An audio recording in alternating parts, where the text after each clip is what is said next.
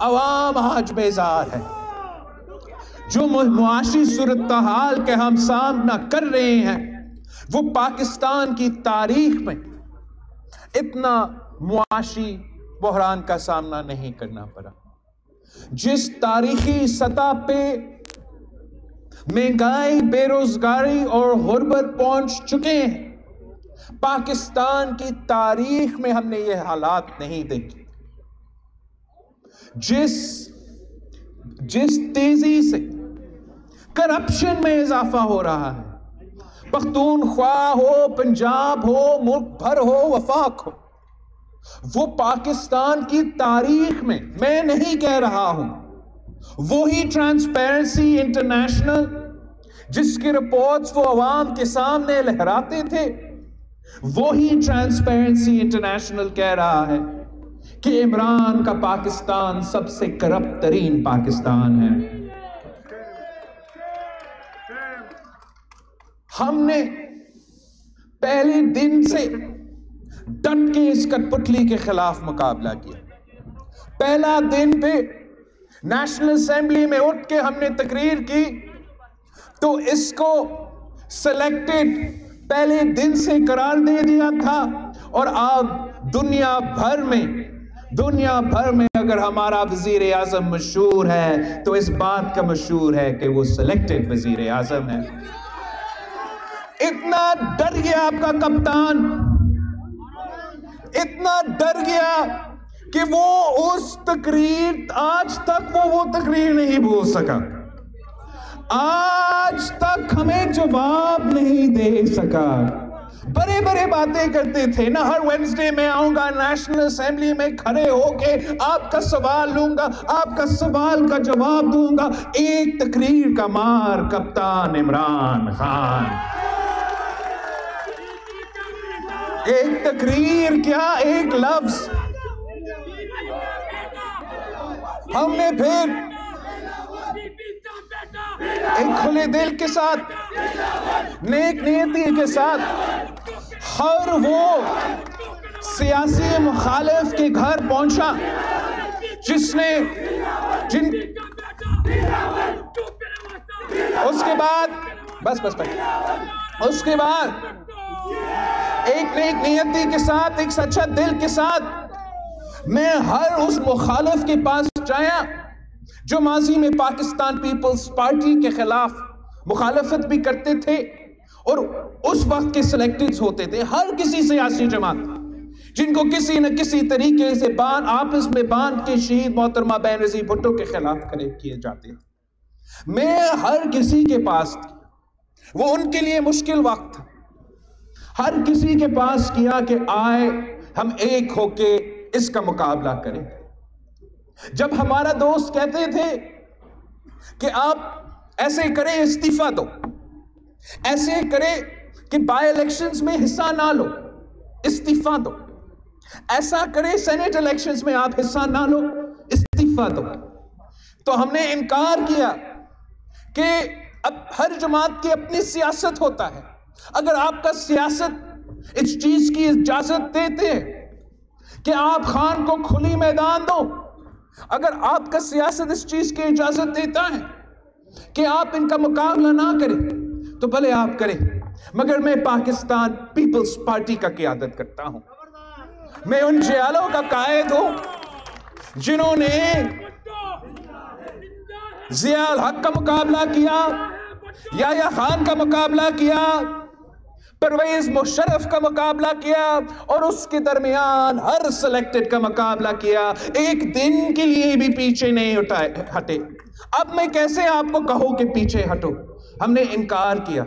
ہم نے کہا کہ ہم عمران کو کھلا میدان نہیں دیں گے، ہم ڈٹ کا مقابلہ کریں گے. اور جب ڈٹ کا مقابلہ ہوا تو پھر آپ نے دیکھا کہ بائی الیکشن ہو تو جیت آپ کی، سینٹ الیکشن ہو تو جیت آپ کی. اب ہم نے فیصلہ کیا ہے کہ لانگ مارچ ہوگا. اب ہم نے فیصلہ کیا ہے کہ لانگ مارچ ہوگا تو آپ کا لانگ مارچ بھی کامیاب ہوگا انشاءاللہ. ہم اس لانگ مارچ اگر حکومت کے خلاف کر رہے ہیں تو ہمارا کوئی اسٹریٹجی ہونا چاہیے. اگر ہم یہ احتجاج حکومت کو سیاسی نقصان پہنچانے کے لیے کر رہے ہیں تو ہمیں عوام کو بتانا چاہیے کہ حکومتیں کو کیسے نکالے جاتے ہیں۔ ہم وہ جماعت تو نہیں ہے جو جا کے عدلیہ پہ حملہ کرے اور ان کو کہے کہ آپ ان کو نکالے۔ ہم وہ جماعت بھی نہیں ہے جو کسی دوسرے ادارے کے سامنے کہے بھائی آپ آئے آپ ان کو نکالے۔ ہم تو وہ جماعت نہیں ہے جو پی ٹی وی پہ حملہ کر سکے یا پارلیمان پہ حملہ کر سکے۔ ہم تو جمہوری جماعت ہے، تو جمہوری جماعت کے لیے غیر جمہوری حکومت صحیح، لیکن ان کو ہٹانے کے لیے ہم صرف جمہوری ہتھیار استعمال کر سکتے ہیں۔ تو ہمارا مارچ جہاں حکومت وقت کے خلاف ہے وہاں عدم اعتماد کے حق میں ہے، اور یہ آپ کا جیت ہے، یہ پیپلز پارٹی کے کارکن کا کامیابی ہے کہ آپ کا مارچ شروع ہونے سے پہلے ہمارا کچھ ساتھی جو پہلے کہتے تھے کہ عدم اعتماد نہیں لانا چاہیے، اب وہ آپ کے پیج پہ آ رہے ہیں۔ انشاءاللہ تعالی 27 فروری کو ہم کراچی سے نکلیں گے، پورا ملک کا دورہ کریں گے، تاریخ کا سب سے لانگ مارچ ہوگا پاکستان کا، جس میں ہم 8 مارچ تک انشاءاللہ تعالی اسلام آباد پہنچیں گے، اور میں امید رکھتا ہوں کہ پختونخوا کے جیالے صف اول کا کردار ادا کریں گے۔ پورا پختونخوا کا آپ کا موبلائزیشن مہم چلے گا، اور انشاءاللہ تعالی 8 مارچ کو ہم اسلام آباد میں ملیں گے، مل کے ملک اور قوم کے سامنے ہمارا مطالبات بھی رکھیں گے، اور انشاءاللہ تعالی حملہ کرنے کے پوزیشن میں بھی ہوں گے۔ ساتھیوں، میں پختونخوا کے جیالوں کے لیے، پختونخوا کے کارکن کے لیے ایک پیغام دینا چاہ رہا ہوں۔ آپ پاکستان پیپلز پارٹی کے اساسی ہیں۔ اگر اس ملک میں کئی سب سے نظریاتی کارکن ہیں، جوش رکھنے والے نظریاتی کارکن جو نظریہ پہ سیاست کرتے ہیں، تو وہ میرے پختونخوا کے کارکن ہیں۔ اور آپ نے جس ماحول میں، جن حالات میں پاکستان پیپلز پارٹی کے ساتھ دیا، وہ تاریخ کا حصہ ہے۔ آپ نے قائد عوام کے ساتھ دیا، پارٹی کی بنیاد رکھی، اسلامی وفاقی جمہوری جماعت جو آج تک زندہ ہے تو آپ کی خون پسینے کی محنت کی وجہ سے زندہ ہے۔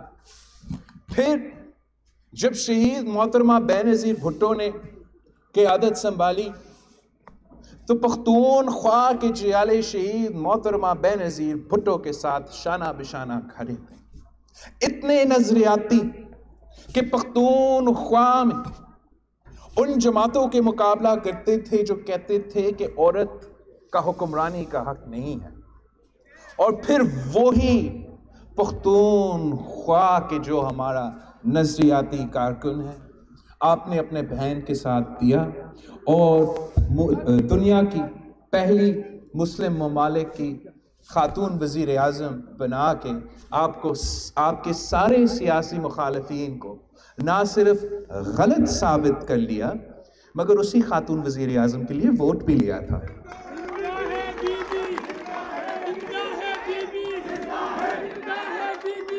آپ نے جس بہادری کے ساتھ، جس حوصلہ کے ساتھ، جس پیشنس کے ساتھ آپ نے یہ دہشت گردی کا سامنا کیا، جو سب سے زیادہ اثر ہوا ہے دہشت گردی کا وہ خیبر پختونخوا میں، اور اس لڑائی میں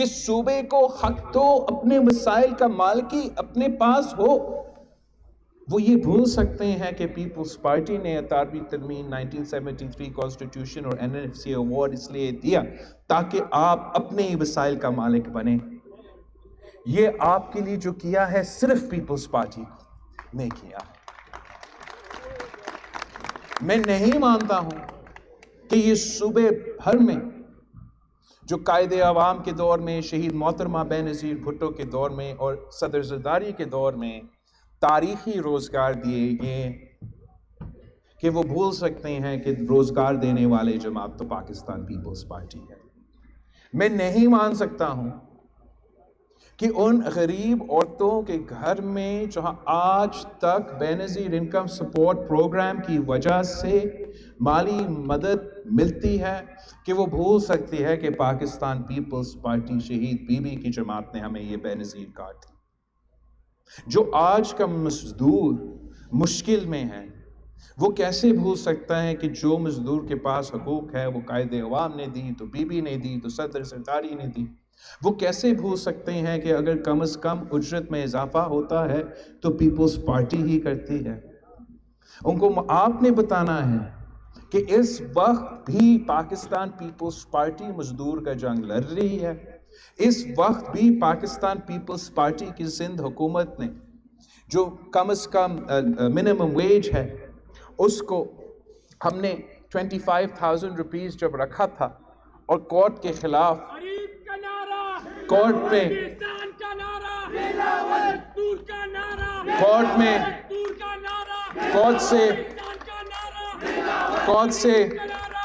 سے یہ فیصلہ سندھ حکومت کا واپس لے لیا گیا اور ہمیں کہا گیا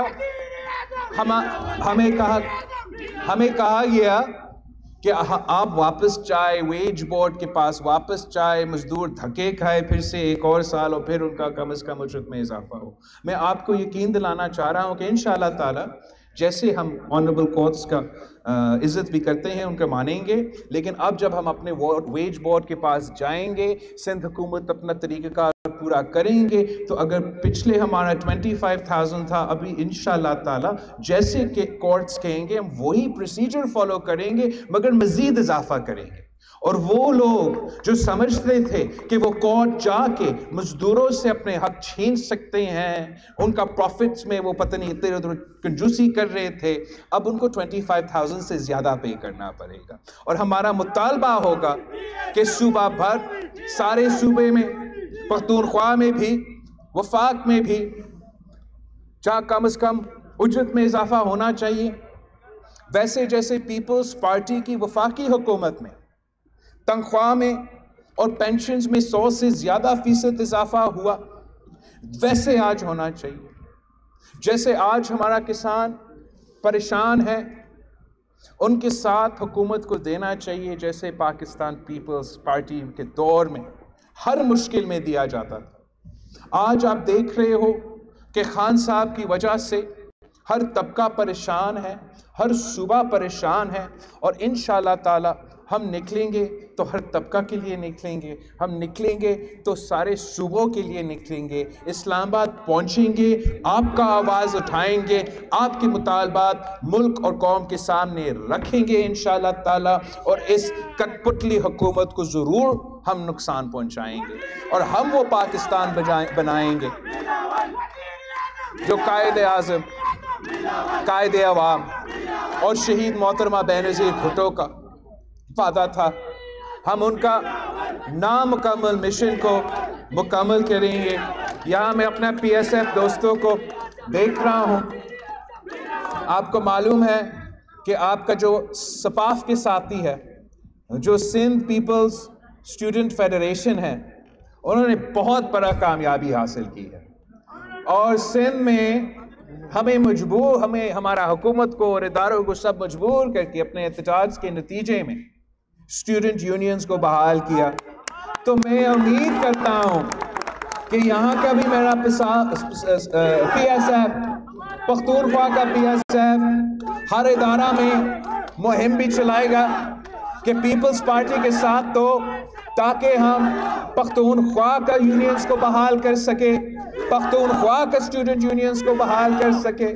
میں امید رکھتا ہوں کہ پیپلز پارٹی کا ڈاکٹرز فورم اور پیپلز پارٹی کا ینگ ڈاکٹرز فورم، سارے کے جو صحت کے ادارے تباہ ہو چکے ہیں، ان کو آپ بتائیں گے کہ ماضی کی طرح پیپلز پارٹی کے ساتھ دیں۔ ہم جیسے ہم نے کراچی سے لے کے دیہاتوں تک مفت دل کا علاج کا بندوبست کیا، مفت لیور کا علاج کا بندوبست کیا، مفت کڈنی کا علاج کا بندوبست کیا، مفت کینسر کا علاج کا بندوبست کیا، ویسے ہم چاہتے ہیں کوئی کارڈ شارڈ کی ضرورت ہی نہیں ہوگا۔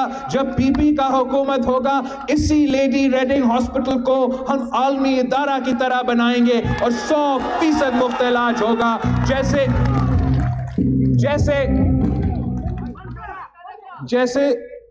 جیسے میرا کراچی کا جناح ہاسپٹل میں ہم نے 100% مفت علاج کروایا ہے، اور کسی بھی عالمی ادارہ سے آپ کمپیئر کر سکتے ہو۔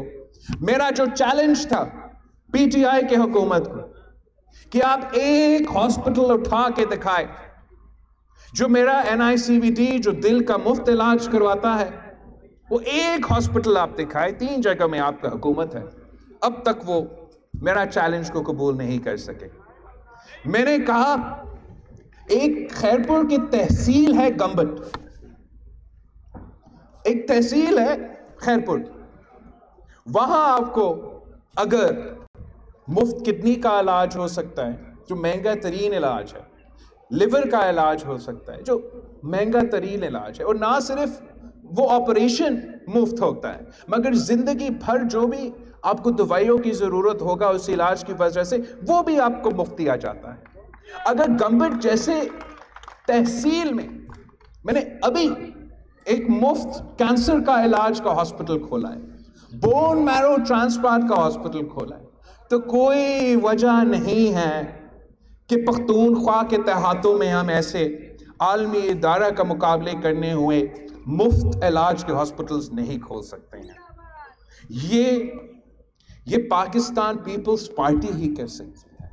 پیپلز پارٹی نے ماضی میں بھی آپ کے مسائل کے حل نکالے ہیں، مستقبل بھی انشاءاللہ تعالی پاکستان پیپلز پارٹی ہی ڈیلیور کر سکتی ہیں۔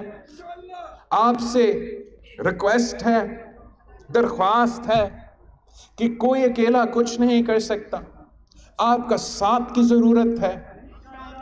آپ کا اس طریقے سے آپ کو اپنا تنظیم سازی مکمل کرنا چاہیے، اس طریقے سے جہاں آپ انشور کریں کہ جہاں کس کو کوئی تنظیمی ذمہ داری ملے تو ان کو وہ شوق ہو کہ میں کام کروں۔ ایک شوق ہوتا ہے کہ عہدہ کا شوق ہوتا ہے، ایک شوق ہوتا ہے کام کرنے کا۔ اس وقت ہمیں وہ کام کرنے کا شوق رکھنے والے لوگوں کا ساتھ چاہیے۔